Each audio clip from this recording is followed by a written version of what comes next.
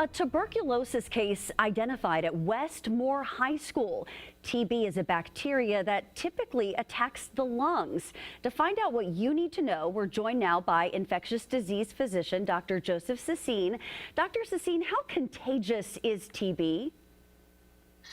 So TB can be quite contagious if you are in close contact with someone who has TB disease in the lungs. And the reason for that is because TB can spread in the air. This is what we call airborne transmission in extremely small particles.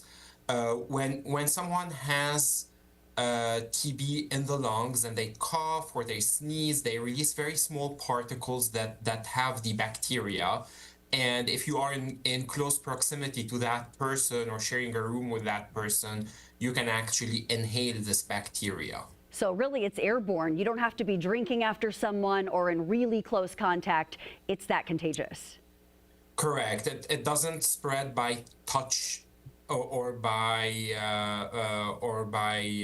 kissing or by touching a surface. It's really person-to-person spread through airborne particles. Talk to us about the symptoms that might indicate someone has tuberculosis.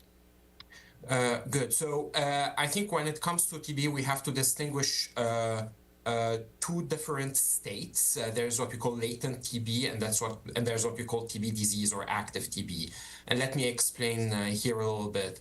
When you get exposed to tuberculosis, in most people, your immune system will be able to control the infection. It will not get rid of it totally, but it will be able to control the infection and throw it into a latent state. This is what we call latent TB. And latent TB means you have been exposed to tuberculosis in the past. Your immune system has good control of it. You don't have any symptoms. You don't feel anything. And you don't spread it to other people either. Patients who have latent tuberculosis have an about 5 to 10% lifetime risk of developing the active form, meaning that TB is quote unquote waking up and causing disease.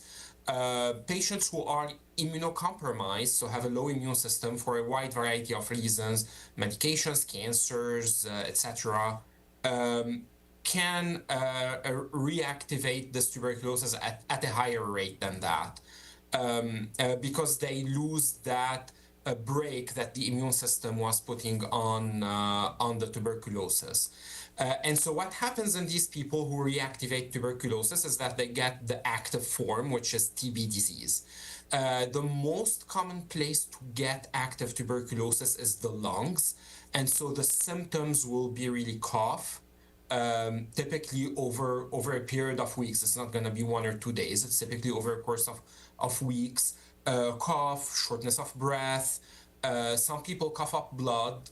There will also be what we call systemic symptoms that affect the entire body. Things like fevers, sweats at night, weight loss that is unexplained, unintentional, loss of appetite.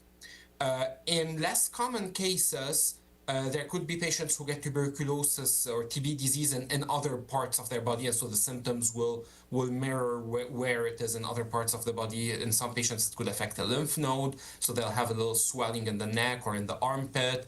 Some patients can get tuberculosis in the spine, so they're going to have back pains, fevers, etc. So not just the lungs. All right, Dr. Sassine, thank you so much for this information as we continue to follow this developing story as this was diagnosed here in the Metro. We appreciate you.